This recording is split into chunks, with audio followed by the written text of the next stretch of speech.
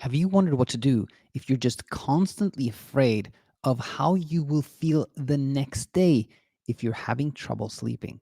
Well, if so, this class is for you because this is exactly the question that we're going to go over, but in a brand new way. This is the historic first ever episode in a new series that we call Learning with Ellie.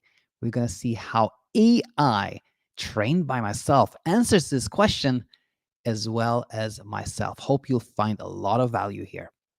So yes, the background of this episode is that I was planning to do what I usually do for Tuesdays, which is our Heard Online episode. Find some, article or something like that that we can review, but I didn't find any.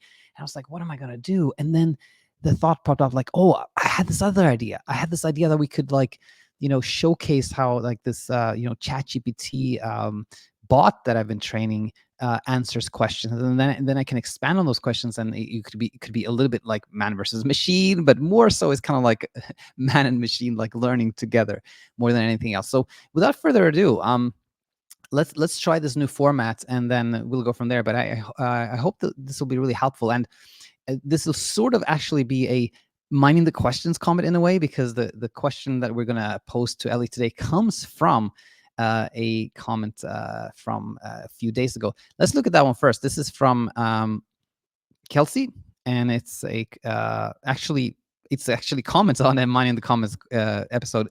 And Kelsey writes, "Hey, do you have any advice on what to do if there seems to be constant fear of how you will feel the next day?" And so, as you can see, if you're following this on YouTube, you cannot see this if you're listening on podcast, but you just have to take my word for it if you're on a podcast. But anyway, I have highlighted this sentence.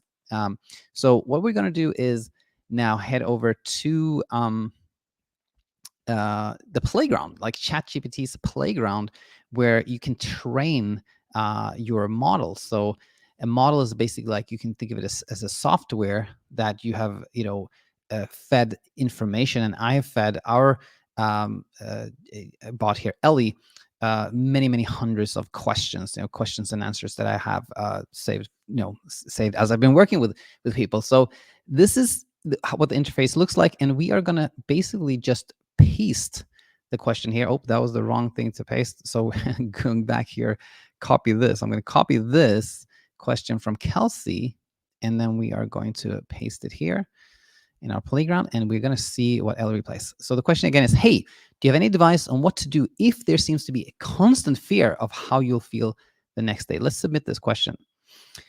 And you can see that Ellie replies immediately here, and let's read it. So Ellie says, when we have a fear of how we will feel the next day, it is often because we think that if we don't sleep well, then we will feel bad. And this is true in a way, but not in the way it seems. It is true that if you don't sleep well, you may feel tired and sleepy, and maybe even a little bit irritable. But here's the thing, feeling tired and sleepy or irritable isn't dangerous. And we see that clearly. When you see that there's nothing to be afraid of, then the fear goes away. And here's another thing. When there's no fear of being awake at night or feeling tired the next day, then sleep happens easier and easier, because it was never anything wrong with your ability to sleep. It was just some confusion about what was safe and what wasn't. So there you have it. Like, I'm really curious to hear from the audience here about like what you thought about this answer from Ellie. But when I read it, I think Ellie is on to the truth here, which is that how we feel the next day is not about the direct impact of short sleep, but about our emotions around that. And I think what Ellie points out very, very correctly here is that not only can we be afraid of not sleeping, afraid of being awake, but we can also be afraid of, for example, feeling tired, and that amplifies all the emotions we have. So now, expanding on this, where hopefully we can arrive at a place where Ellie can share the following analogy. And that would be an amazing thing. But let me share it with you. And this was actually from a very recent episode. So Kelsey, if you haven't seen it, very recently I talked about this exact topic, and I shared this kind of thought experiment that I think is really, really helpful. If you think about taking a random person and keeping them awake, for, let's say, one night, right? The whole night they're awake.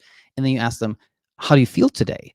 That person in all likelihood will say, I feel tired, sleepy, and to copy Ellie, maybe a little bit irritable, something like that. That person will feel like tired, sleepy, and maybe like a little bit hard to focus, right? But and that showcases that little sleep in itself has an impact on how we feel the next day. Unquestionably, that is true. But what I think helps more to see is, like, what will this person that we kept awake for a whole night, what will they not say? They will not say, you know, I feel like my whole world is collapsing on me. There's a tsunami of anxiety. Like, I'm jittery, I'm jerky. I don't know what's going on with me. My heart is pounding, and that shows us that what matters most in terms of our kind of next day experience is not actually the effects of short sleep in itself, but it is our fear around it. Our fear is what makes the next day so intense and so difficult, right? And seeing this, that can be so helpful, because then we're not going to be like, oh, I need to sleep so I don't feel that way, but rather, oh, it's my thoughts around this is really what's driving it. So if we're constantly afraid of how we'll feel the next day, and we realize that the way I feel the next day is because of fear, then what can be so clear is that there is no danger. It's just a fear of fear situation. We're just scared of feeling scared, or we're scared of how it feels to be scared, rather, right? And so I think just realize there's the cognitive realization that there is no actual danger. That can be so helpful. The realization that it is not about, like, trying to get more sleep. That can reduce so much pressure. And then always, kindness, self-kindness, self-compassion, is so helpful. But yeah, I thought Ellie did a very reasonable job. Curious to hear what you say about this. And Kelsey, I'm so glad. I don't know if I don't think I read the whole comment, but Kelsey said that already things had been so much easier since finding the channel. So I was really glad to hear that. But let's conclude. This is the first ever Learning with Ellie episode, and look forward to doing more. I think what I'm planning to do is, like, when I don't have something for her online, I'll do a Learning with Ellie episode or something like that. But again, thanks for being here today. And if you're finding educational material like this video leading you to where you want to be, that is wonderful. Just share it in the comments, so that we can all take part of those nice moments for you. But if things are difficult on your end, if you're struggling, if you don't know who to talk to, if you're feeling kind of isolated, and it's time to do something different, then please head over to our website, thesleepcoachschool.com, and you can explore several options, like our Insomnia Immunity program. We can really share with a group, and I think that's great if it's been kind of an emotional struggle and you want to share that with a collective of people who really understands you. Or BedTyme, which is a very, very convenient app where you can send messages, one-on-one to a coach, or you can work with Ellie.